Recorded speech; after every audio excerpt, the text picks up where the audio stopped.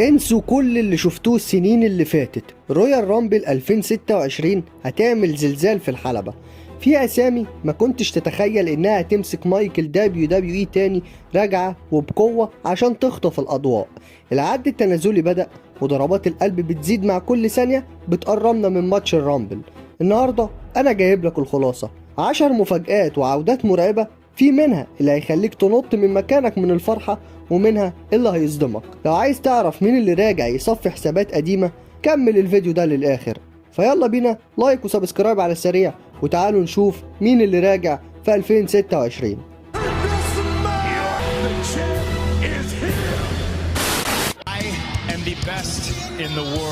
في المركز العاشر يا صديقي بيج اي. بيج اي غايب عن الحلبات من وقت اصابته سنة 2022، وهو بنفسه لمح قبل كده ان ممكن ما يرجعش يدخل الحلبة تاني خالص. بس خلينا نكون صراحة، دي الدبليو دبليو اي يعني المكان الوحيد اللي عمره ما ينفع تقول فيه نيفر سي نيفر.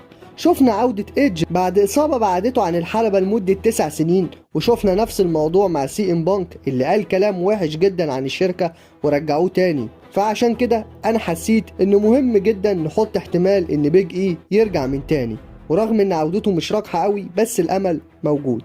أما رقم 9 الأسطورة كريس جيريكو. في كلام كتير جدا ان في اسطوره من الاي اي دبليو عنده فرصه كبيره يرجع تاني للدبليو دبليو اي، وهو الواي 2 جي نفسه.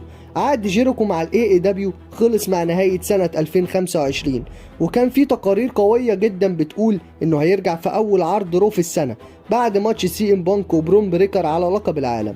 بس ده ما حصلش، وده يخلي الرويال رامبل هو التوقيت المثالي لعودته. وبصراحه انا شايف ان ده القرار الصح.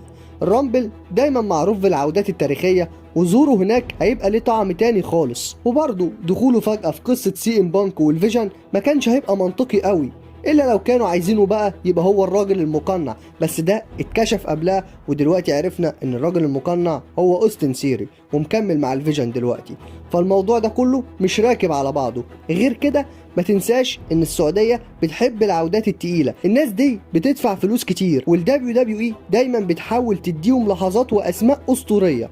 فعادي جدا نشوف كريس جيريكو في الرويال رامبل اخر الشهر. اما رقم 8 الميجا ستار ال اي نايت.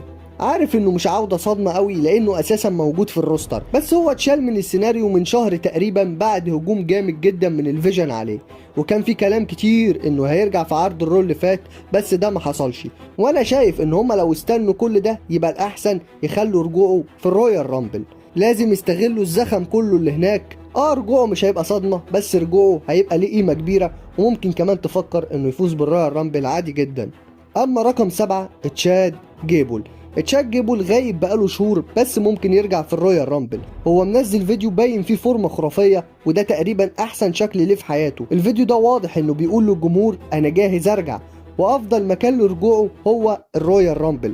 ممكن حتى يعملوا لقطه كوميديه لما يرجع، يعني مثلا يدخل الجراندي امريكانو اللي هو لودفيج كايزر، وبعدها فجاه يظهر الجراندي امريكانو تاني اللي هو تشاد جيبل، فهيبقى موقف كوميدي جدا بين تشاد جيبل ولودفيج كايزر. بس انا مش عايزه يرجع بالشخصيه ديت، فنفسي بجد يلغوا الجيميك بتاع الجراندي امريكانو زفت ده ويرجع تشاد جيبل عادي جدا، ويا ريت يرجع ويبقى عندنا كيرت انجل من جديد. اما رقم 6 دولف زيجلر. الشو اوف دولف زيجلر. من ساعة ما شفنا دولف زيجلر وزاك رايدر رجعوا لعبوا ماتش في تصفيات آخر مباراة لجون سينا، فأنا من ساعتها كان عندي أمل كبير جدا إن زاك رايدر ودولف زيجلر يرجعوا من تاني بشكل دايم في الدبليو دبليو إي. وبالفعل زاك رايدر رجع بشكل دايم في أول عرض سماك داون في السنة، وكمان رجع باسم مات كاردونا باسمه الحقيقي اللي بيحبه. ومن ساعتها وانا املي زاد بشكل كبير جدا ان انا اشوف دولف زيجلر بشكل دايم في الدبليو دبليو اي، وياخد جزء من حقه اللي اتهدر منه طول تاريخه مع الشركه. فان شاء الله العوده ديت هتحصل باذن الله في الرويال رامبل. اما رقم 5 سانتينو ماريلا. نرجع بقى للمفاجآت اللذيذه والمضحكه. سانتينو اسمه ممتاز يظهر بسبب الشراكه بين الدبليو دبليو اي والتي ان اي، شفناه قبل كده في ان اكس تي، ومش مستبعد نشوفه في الرامبل عشان لقطه سريعه ومضحكه. ونعيد اللحظة التاريخية من تاني لما تم إقصائه في ثانية واحدة بس. يا ريت يا ريت خلوها تحصل تاني عشان نضحك شوية. ذكريات لأيام الزمن الجميل.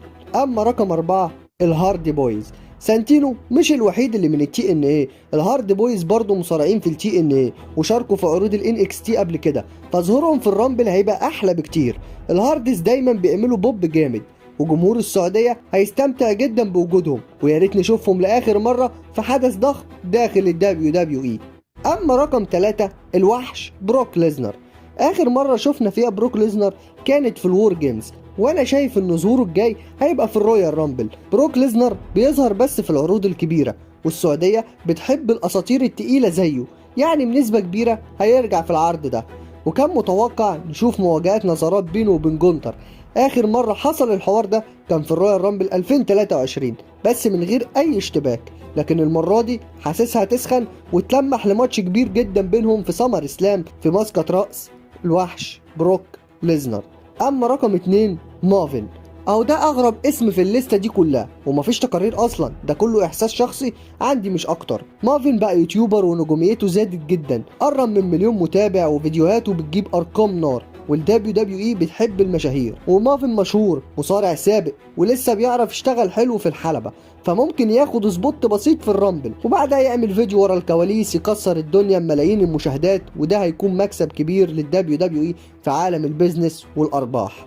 فهل بقى مافن هيظهر في الرويال رامبل ولا لا؟ واخيرا رقم 1 سيس فريكن رولينز. سيس غالبا مش جاهز يصارع بسبب اصابته، فمش متوقع اصلا انه يدخل الماتش، بس انا شايفه هيظهر ويبوظ الدنيا على برون بريكر والفيجن. الفيجن بقوا فريق مسيطر على عرض الرو بشكل كبير، وبرون بريكر بيقرب بخطوات ثابته نحو لقب العالم، فساعتها بقى سيس هيتدخل ويشتت برون بريكر فحد يطلعه من ماتش الرامبل، وبعدها سيس يجري وهو بيضحك ضحكته المجنونه، ومن هنا تبدا العداوه وتوصل لجمدانها في راس المنيا 42. فده احساس كبير جدا انه هيحصل سيس رولينز ضد برون بريكر في لاس فيجاس، خصوصا ان انا بدات احس ان برون بريكر مش هيلعب على لقب العالم في راس المنيا 42. والله اعلم ايه اللي هيحصل الفتره اللي جايه.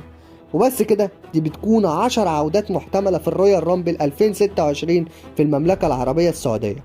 قولوا لي بقى في الكومنتات انتوا شايفين مين راجع فعلا ومين اللي صعب جدا انه يرجع، ومين برضو خارج الليسته اللي انا قلتها ديت نفسك يرجع بجد في ماتش الرويال رامبل.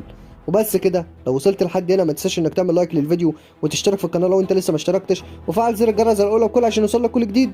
وبس كده خلص الكلام، واحلى سلام على جيش راس الاسلام.